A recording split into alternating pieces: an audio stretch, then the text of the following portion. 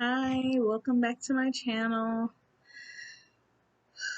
I am just so grateful for everyone who's tuned in, who's subscribed. I could cry. I'm not gonna cry. Okay.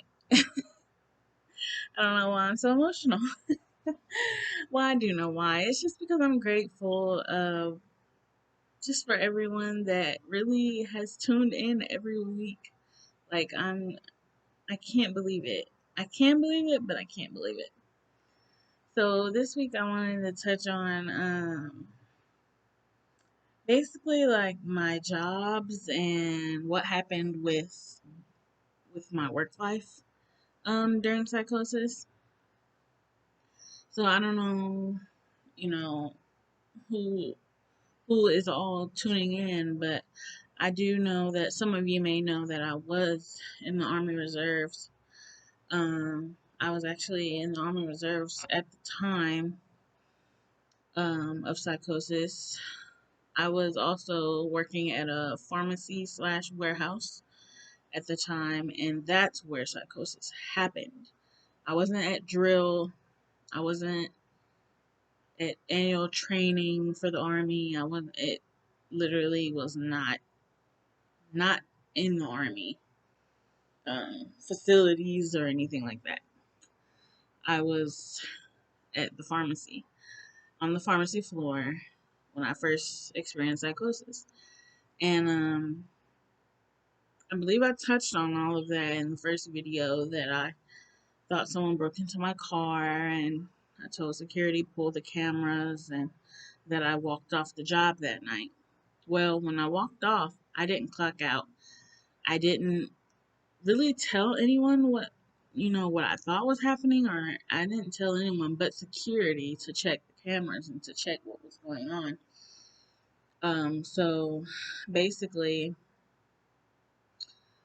I'm not sure what day of the week psychosis started, but I had a few more days to actually go to work. So maybe it was midweek or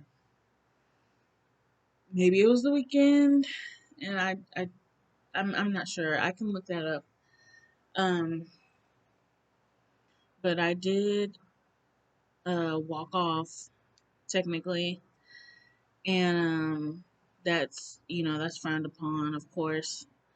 And in addition to that, while I was in the mental health portion of Eskenazi, the hospital, you don't know what Eskenazi is? It's the hospital that I was at.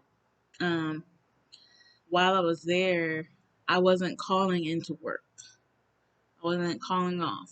I wasn't telling anyone what was going on. I had access to a phone. I didn't memorize anyone's number except for I believe my mom's maybe, and maybe my girlfriend at the time. I believe I could have gotten my job back, but like I said, I was really delusional for months until I found the right dosage of medicine to um, just handle my symptoms.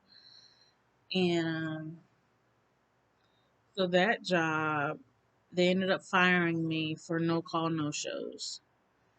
And when I discovered that, I was hurt.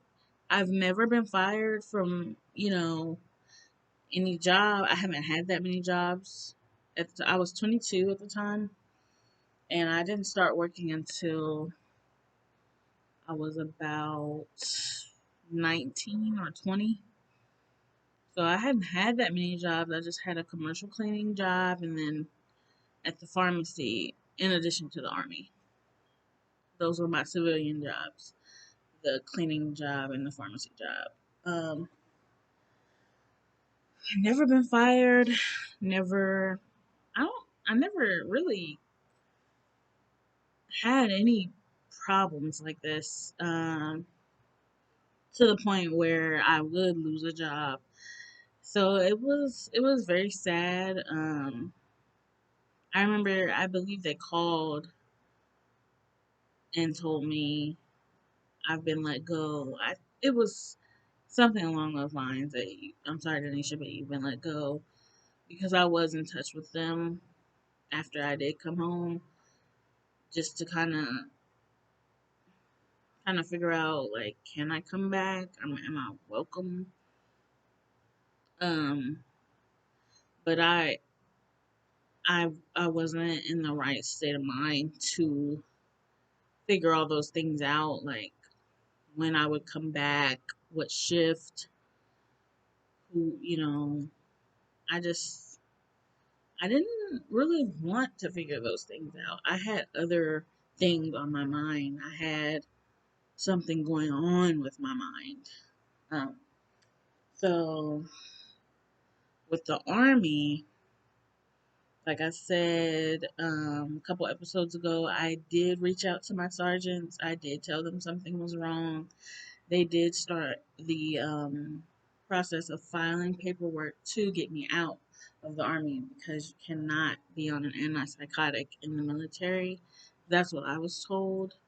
Not sure if that's still true. This was 5, 6 years ago. Um, and that took a year. That took a year to get all the paperwork, get all the filing done, get everything together. So technically, that last year of me being in the army, it was very idle. I didn't do much. I went to drill maybe 2 or 3 times. I wasn't going to the shooting range with them anymore. One of my sergeants said maybe that's not a good idea, and from then on, I just never went with them. Um, and that is something I did miss. I miss going to the shooting range. Um, it's a lot of things I miss about both jobs I had, the pharmacy and the army. Um, but I do remember getting a call from one of the sergeants on my case, and he said, I'm calling to tell you, congratulations, you're out of the army. I didn't know how to take that. I didn't know how to take that word congratulations because some people do want to retire out of the army. Some people are happy about that. Me, on the other hand, my situation was just completely different, completely unexpected. Just, I just never would have thought the reason I'm getting out of the army is because of a mental illness. I never would have thought. You couldn't have told me that years ago. So I was like, wow, thank you. And I hung up and I told my mom, I said, I'm out of the army. She was like, what? I said, yeah, you just called me and told me. So it's not like I had any paperwork in hand. I wasn't reading like this is this is the final document for Donisha Duncan. It's like it didn't seem official, but the phone call definitely like made me feel some type of way. It was just bittersweet, bittersweet moment. Um, I think that wraps up the job portion of it all. If I think of anything else, of course, I'm gonna update you on it. But thank you guys for tuning in, and I'll see you next week.